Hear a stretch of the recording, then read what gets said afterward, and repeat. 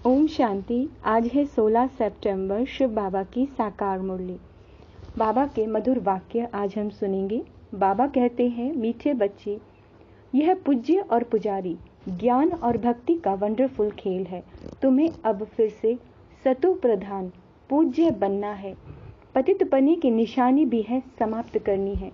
प्रश्न है, बाप जब आते हैं तो कौन सा एक तराजू बच्चों को दिखाते हैं?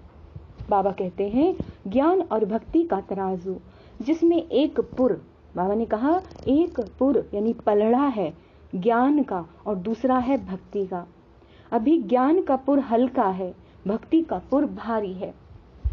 धीरे धीरे ज्ञान का पुर भारी होता जाएगा, फिर सतयुग में केवल एक ही पुर रहेगा। वहां इस तराजू की दरकार ही नहीं है। ओम शांति। रूहानी बाप मीठे मीठे रूहानी बच्चों को ज्ञान और भक्ति का राज समझा रहे हैं। यह तो अभी बच्चे जानते हैं कि बरोबर बाप आए हैं और हमको फिर से पूज्य देवी देवता बना रहे हैं। जो असुरी संप्रदाय बन गए हैं वह अब फिर से दैवी संप्रदाय बन रहे हैं, अर्थात अब भक्ति का चक्र पूरा हो गया। यह भी अब मालूम हुआ है कि भक्ति कब से शुरू हुई, रावण राज्य कब से शुरू हुआ, कब पूरा होता है। क्या पूरा होता है? रावण का राज्य। फिर राम राज्य कब से शुरू होता है? तुम बच्चों की बुद्धि में वर्ल्ड की हिस्ट्री ज्योग्राफी है। बरोबर 4 युग हैं। कौन कौन से? सतयुग, त्रेता, द्वापर और कलयुग। अभी संगम युग का चक्र व ड्रामा चल रहा है।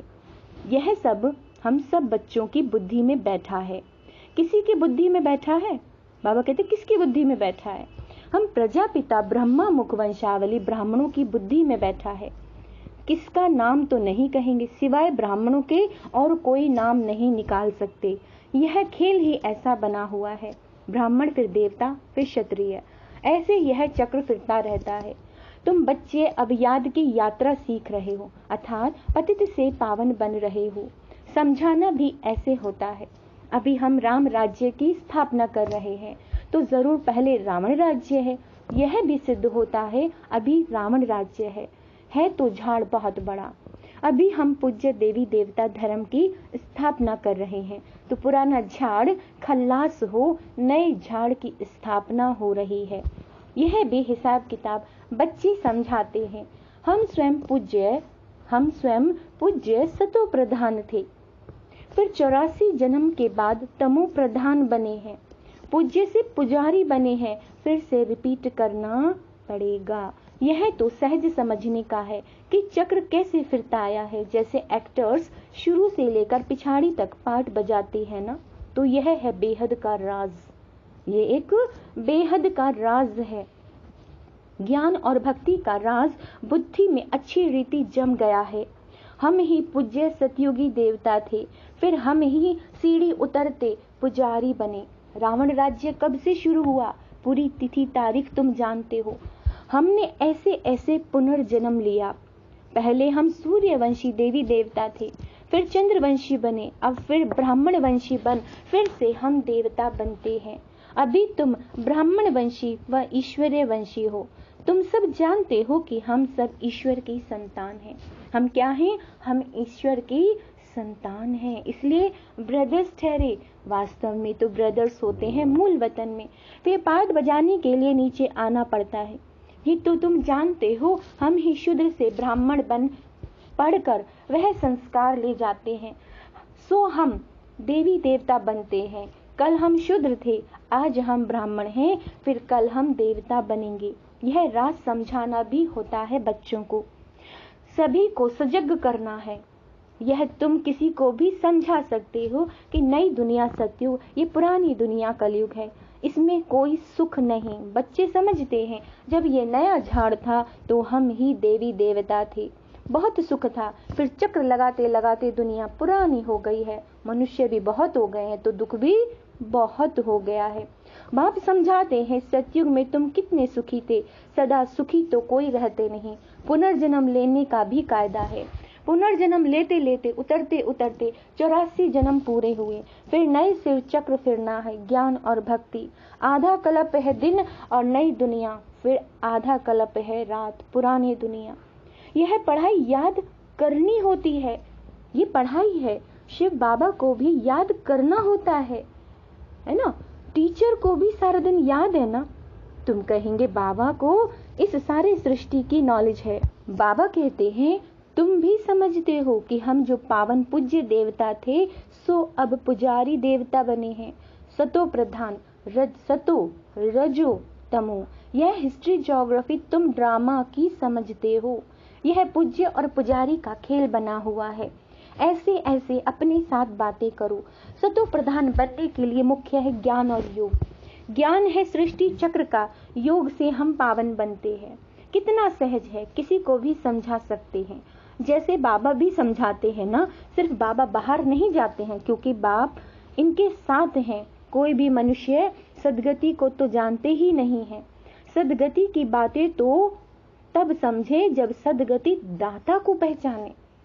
तुम्हारे में भी नंबरवार पहचानते हैं।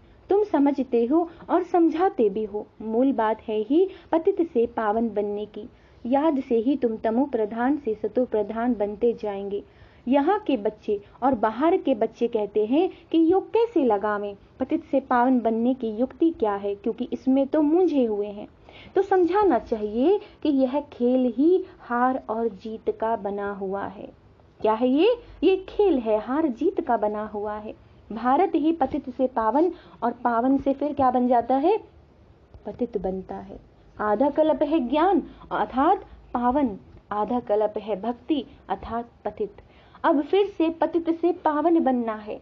याद की यात्रा प्राचीन बहुत नामी ग्रामी है। वह तो जिस्मानी यात्राएं जन्म जन्मांतर करते हैं, नीचे गिरते गए हैं। ऐसे नहीं कि उनसे पावन बन गए। पावन बनाने वाला एक ही बाप है। वह एक ही बार आते हैं, एक ही बार। शिव बाबा का पुनर्जन्म नहीं कहेंगे। मनुष्य के ही 84 जन्म के चक्र में आना है। बाबा कहते ये कहानी बहुत ही सहज है, सिर्फ करेक्टर जरूर बदलना चाहिए। जब तुम देवता थे तो तुम्हारा फर्स्ट क्लास करेक्टर था, कितने चरित्रवान थे। फिर धीरे धीरे तुम्हारा करेक्टर बिगड़ गया। रावण राज्य में तो अभी बिल्कुल बिगड़ गया। आधा कल्प भक्ति मार्ग में पतित बनने से हाहाकार मच गया है। पावन शिवालय से फिर पतित वैशाल्य बन गया। रावण ने जीत पाली, कोई कोशिश ही नहीं करते। राम राज्य कैसे बने, बाप को ही आना पड़ता है। यह भी ड्रामा बना हुआ है।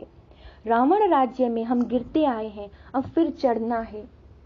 बाप आकर जगाते हैं क्योंकि सब भक्ति में सोए पड़े हैं। बाप क्या कहा बाबा ने, भक्ति में सोए पड़े हैं। बाप आए हैं तो भी सोए पड़े हैं। बताओ, बाप आते ही हैं पिछाड़ी में, जब कलयुग की अति का समय है, अंत का समय, जबकि सब अज्ञान नींद में सोए हैं। जैसे बाप ज्ञान का सागर सृष्टि के आदि मध्य अंत को जानते हैं। तुम भी जानते हो, इतने सब बच्चे बाप से सीखते हैं ना। एक बाप से सीखकर फिर वृद्धि को पाएंगे। कल्प पहले भी तुमको मनुष्य से देवता भगवान ने बनाया था, अभी भी तुमको जरूर बनना है। फिर कोई हल्का पुरुषार्थ करते हैं, फिर कोई तीखा करते हैं। नंबरवार तो हैं, कोई भी की डल बुद्धि है। इस स्कूल में भी नंबरवार तो होते हैं। उस पढ़ाई में तो BA MA आदि की कितनी क्लासेस होती हैं, कितने मनुष्य पढ़ते हैं। सारी दुनिया में कितने MA पढ़ते होंगे। जो भी भारतवासी हैं कितने समय से पढ़ते हैं। कोई टीचर बनते हैं, कोई क्या बनते हैं, आजीविका करते रहते हैं। अच्छा, बाबा कहते हैं अच्छा मर गया फिर नए सिरे से जन्म लेकर पढ़ना पड़े। वहां सतयुग में MA आदि की पढ़ाई नहीं है। यह ड्रामा में अभी की नूंद है। जो पढ़ते हैं फिर कल्प बाद पढ़ेंगे। जो आज आत्माएं इस बाबा के ज्ञान को पढ़ रही हैं, वो क्या करेंगी, कल्प बाद फिर पढ़ेंगे। वहां यह किताब आदि कुछ भी नहीं होती, इतनी मोटी मोटी बुक्स नहीं होंगी। जो भक्ति मार्ग में होता है वह ज्ञान मार्ग में नहीं होता। भक्ति मार्ग में वह पढ़ाते आए हैं जो पास्ट हुआ। बाप ने बताया कब से राम राज्य और कब से रावण राज्य शुरू होता है, फिर हम कैसे नीचे उतरते गए। तुम्हारी बुद्धि में ये सब राज अच्छी तरह बैठ गया है। तुम्हें अब पुरुषार्थ करना है, ऊंचे से उच्च बनना है, परंतु राजाई में सब एक जैसे बन ना सके। कोई तो अच्छी रीति पुरुषार्थ करते हैं, पावन बनने के लिए दैविक गुण धारण करते हैं। तुम्हारा ईश्वरीय रजिस्टर भी है। अपनी जांच करनी है कि हमारे में कोई अवगुण तो नहीं। गाते हैं हम निर्गुण हारे में कोई गुण नहीं। सब समझते हैं हमारे में अवगुण है। जब हमारे में सब गुण थे तब हम सर्वगुण संपन्न 16 कला संपूर्ण थे। उन्हों का राज्य था, चित्र भी है, वहां यह मंदिर आदि नहीं होंगे। क्या कहा बाबा ने? अंडरलाइन, वहां ये मंदिर नहीं होंगे। कहां नहीं होंगे? सतयुग में नहीं होंगे। वहां भक्ति मार्ग का चिन्ह भी नहीं होगा। भक्ति मार्ग में फिर ज्ञान का रिंचिक मात्र भी चिन्ह नहीं। यह भी तुम नंबरवार जानते हो। सब आत्माएं एक साथ ही इस ज्ञान को नहीं सुनती हैं, नंबरवार एक एक करके आती जाती हैं। जो अच्छी रीति पढ़कर धारण करते हैं, जो अच्छी रीति पढ़कर धारण करते हैं, तो क्वालिफिकेशन भी आती रहती है। दिल में आता है कि बाप जिससे हम विश्व की बादशाही लेते हैं, उनका कितना मददगार बनना चाहिए। हम हैं ईश्वरीय संतान। अंडरलाइन। भगवान ने क्या कहा? हम हैं ईश्वरीय संतान। स्वयं को पहचानो कि भगवान ने क्या कहा है कि तुम मेरे बच्चे हो, तुम ईश्वरीय संतान हो। बाप आई ही है सबको सुखदाई बनाने, कभी कोई को दुख नहीं देते। बच्चों को इतना उच्च बनना है, इतना ऊंचा बनना है। बाबा बार बार समझाते हैं, अपने पास नोट रखो, किसी को दुख तो नहीं दिया। बाप सबको सुख देते हैं, हम भी सुख देवे। यह जीवन ही बाबा की सर्विस में लगाई है ना। बहुत मीठा बनने की कोशिश करनी है। कोई उल्टा सुल्टा बोले तो भी तुम शांत हो जाओ। बाबा ने कहा कोई उल्टा सुल्टा बोले भी तो भी तुम शांत कर दो। सबको सुख दो, सबको सुख का रास्ता बताना है तो शांति धाम और सुख धाम के मालिक बने। सुख धाम, बाबा कहते हैं सुखदाई बनना है, क्योंकि बाप सदा सुखदाता है ना। सबके दुख दूर कर लेते हैं। बुद्धि में आता है हम बहुत सुख देने वाले थे। हम जब सुख में थे तो विकार का नामो निशान नहीं था, काम कटारी नहीं चलाते थे। सतयुग में कोई दुखी नहीं बनते। बाप फिर से बच्चों को कहते हैं अपने को आत्मा समझो, आत्मा को ही पावन बनना है। आत्मा में कोई पतितपने की निशानी ना रहे, कोई पतितपना ना रहे। दिन प्रतिदिन तुम उन्नति को पाते रहेंगे। नंबरवार पुरुषार्थ अनुसार राजाई पाई थी, वही फिर पाने का पुरुषार्थ कर रहे हो। दिखाते रहते हो कि कौन कौन कितना पुरुषार्थ करते हैं, कितनों को हम सुख देते हैं। बच्चे जानते हैं कि सतयुग में हम कोई को दुख नहीं देते। कम पुरुषार्थ करेंगे तो सजाए खाकर कम पद पाएंगे। बेइज्जती होती है ना। कोई बच्चों को बहुत सर्विस करते हैं, कोई बच्चे तो बहुत सर्विस करते हैं। म्यूजियम प्रदर्शनी में कितनी मेहनत करते हैं।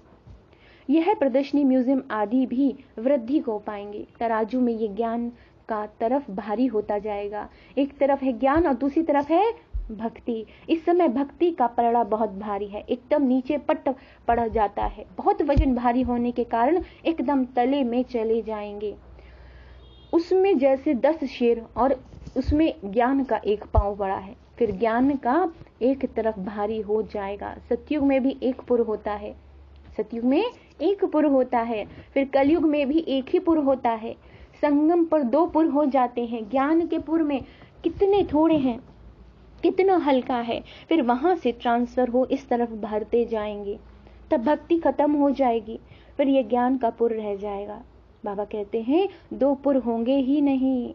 बाप आकर तराजू में दिखाते हैं, कम जायजती भी होता रहता है, कब उस तरफ कब उस तरफ भरतू हो जाते।